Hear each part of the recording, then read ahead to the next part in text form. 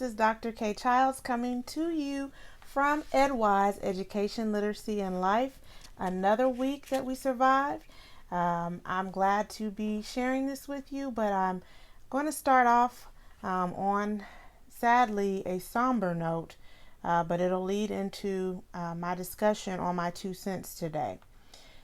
I was a classroom teacher in a K through 12 setting for 11 years total, 10 years here in Texas. I live about 20 to 25 minutes away from Santa Fe, and every shooting hits home, but this one really hits close to home.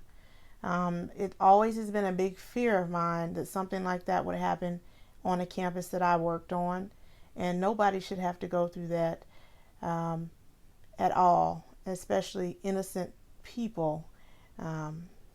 It was a tragedy. It's a terrible thing to look at on a Friday morning and to hear about, and for it to just be so close to home. I know a lot of people are saying, we always say our thoughts and prayers are with a community, and then nothing is done, and they're absolutely right.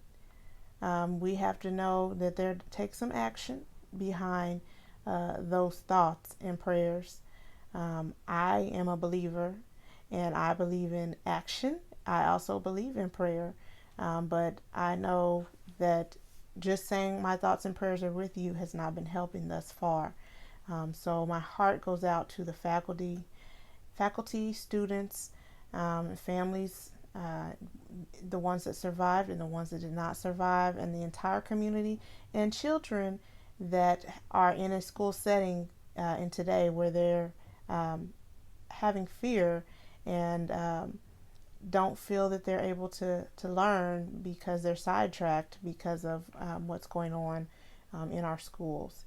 What a terrible way to end the school year. It's terrible to happen anytime, but an even more horrible way to end the school year.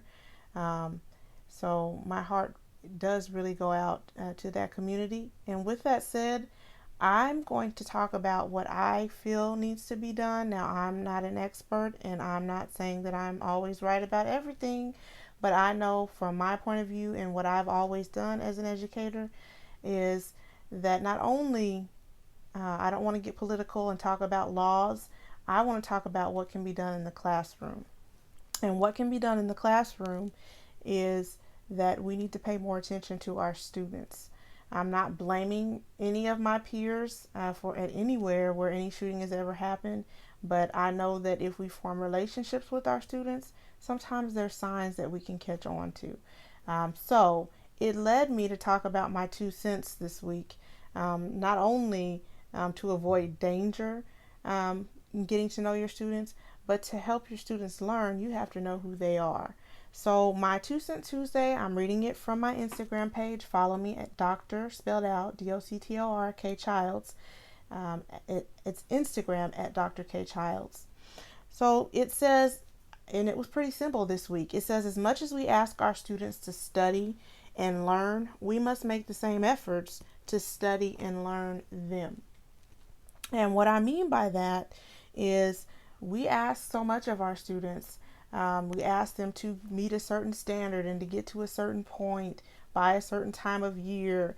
But are we making the same efforts with our students when it comes to knowing who they are and what their needs are?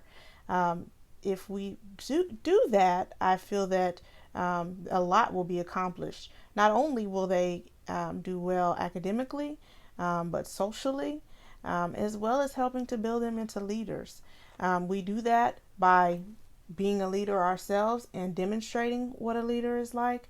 And we do that by talking with our students, by getting to know who they are, getting to know who their families are, finding out what they enjoy learning about, what they don't enjoy learning about, maybe some of their areas that they have fears in, some areas that they have questions on. We've just got to do a little bit more. If we can't expect a student to open up and tell us everything they know when we're just shoving something down their throat, we're just shoving content down their throat. Now, I've been in situations where I've had people say, well, if you don't shove this content to them, then they're not going to get to this level. They're not going to get to this. we have to decide, are we developing our students for a future, or are we just developing them just to get to a certain point or meet a certain goal and that's it? So some may have had an issue in the past with a teaching style that I have is just I'm really personal with my students, and getting to know who they are. I've had students in class sometimes, they're not used to my approach, and asking them questions and asking them about how they feel about things because no one has ever asked them. So I had one of my Instagram followers. She basically made some good comments. And this is Teach to Blossom. How you doing? This is a shout out to you. She basically said that she never really even thought about. She never really thought, as the student-centered practices and building relationships in a classroom. She said that she's really connecting with it because she's always worried about creating time to develop relationships. So many teachers think that we don't have time for that. We don't have time for get to know me. We don't have time for I do a question of the day. Some of my students have drove insane because they felt like it took up a lot of their time, but I got to know who they are, one, on a personal level. Then we were able to get right down to business. Sometimes if you get to know a student on a personal level, they'll open up to you and you'll be able to understand who they are and what they need a lot better. So she went on, if you go on my Instagram post, and she talked about Bloom's taxonomy and Maslow's hierarchy of needs, and how that related to my post. And I talked to her and I said, no discredit to either one of them, but this is what I've always done for students, is getting to know who they are, and getting to know their needs, putting myself in their place or in their shoes. So I think that's something that we lack, especially in a standardized testing culture, because there's so much that we have to teach. But if you are organized and if you plan things out correctly, there's room to get to build relationships and to understand who your students are. And then it'll move you over into a space where you will be able to teach the content to them. Because you can't, in my opinion, this is just my opinion, and this is what I've done, for some years, 15 years in education.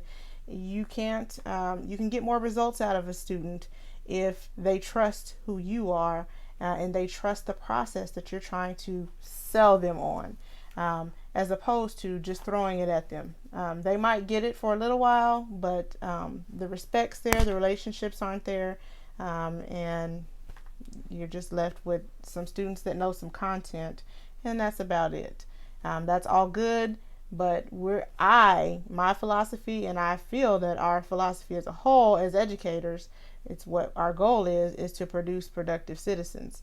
If you're not producing and building relationships in a class and you're just teaching content, I don't know how you're producing someone that could be a productive citizen. You can know all the content and all the facts in the world, but if you don't know how to form relationships with people, there's a problem. So, enough for my 2 cents Teacher Tip Tuesday for this week. I know this video is filmed on Wednesday, but I wanted to just share that because it goes hand in hand with a lot of the things that are happening in our schools and a lot of the school violence and shootings. Build relationships with your students. They will thank you for it later. I know firsthand, I've had many, from the young ones to the ones in college. So, moving right along, I'm going to wrap this video up a little bit faster. I had the privilege and the honor today to represent. I am on the board for Texas Association for Literacy Educators. I had the privilege to get to attend a luncheon on behalf of TAIL, the Texas Association for Literacy Education. Excuse me. And it was a great luncheon. It was in my former school district, the Pasadena Independent School District. I taught there for 10 years, and I went to Thompson Intermediate School today, and it was to thank the TAIL board and the TAIL organization. I went as a representative, and there were many other partners in Houston that had chipped in for Thompson. If you don't know anything about Thompson Intermediate, It was a school, one of many here in the Houston area, that suffered major damage after Hurricane Harvey.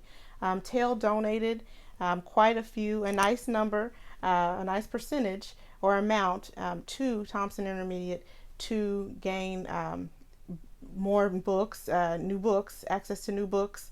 They lost basically their entire library. So when I went in there and see all those new books, it was great to see. They lost their entire gym floor.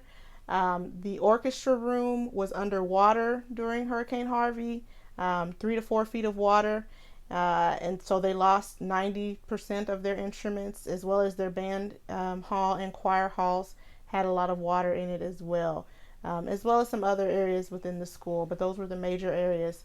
And as a former Pasadena Independent School District employee and still living in the community, I felt it was my job to go to the board and say, the board asked, is there any way that we can help your community? I know you're in this area. And I said, hey, I know of a school in need. So I'm thankful to have that partnership, and I was thankful to be able to represent on behalf of TAIL, as well as I was proud to be a former teacher in that school district, and to have had such great experiences in that school district. And I got my foundation here in Texas teaching in the Pasadena Independent School District. So it was a great luncheon. They also provided us with a small token of their appreciation. They're the Thompson Lions, and so one of the young ladies, she did a watercolor painting of a lion, and here it is right here. This is a print of the watercolor. I did not get her name. It's a blend of their school colors, so he kind of looks like purple. Their school colors are red and white, and it's really, really awesome paint. This is an 8th grader, I believe, that did this. So excellent work. All right. So that was a great experience for me today. It rained, and I'm going to be honest with y'all, this is Houston. If you don't know rain until you come to Houston, and I did not want to go, but I'm so glad that I went. Because it was really nice to be able to get into that setting and to set foot in a school. As a higher ed professional, I don't get in schools as much as I'd like to anymore. I almost sometimes forget what it's like to have my own classroom in the K through 12 setting. Last thing, I can only drop some hints, but I have some good news. And if you are on any of my personal accounts, and you're probably a longtime friend or a family member, I'm going to be dropping some news to you, but I'll just drop a hint. Let's just say I am very proud to be a Wildcat again, and that's about all I can say. It's in a limited role, but that's about all I can say at this point. I will share more later, and if you want more information, you know where to find me, but I'm not going to say anything publicly. I also have been on as many of you know, if you know me personally, you know my journey in higher ed, and you know that I'm in a transition period. What I just said, it's not entirely what you think, but it is really, really good news. I got the same good news, unfortunately, on the day, at the same time the news was breaking about Santa Fe. So it was a bittersweet day for me. I got some excellent news, and then I turned on the news and heard about the tragedy.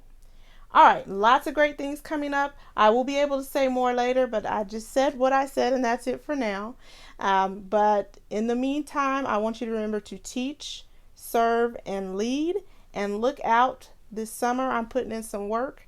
Hopefully there will be a special project coming to you soon. All right, take care wherever you're at. Have a good day, weekend, night, and I will see you back in the next video. Also, remember to like, share, subscribe, and comment. Okay, I want to hear from you as well. All right, have a good one, everybody. Bye-bye.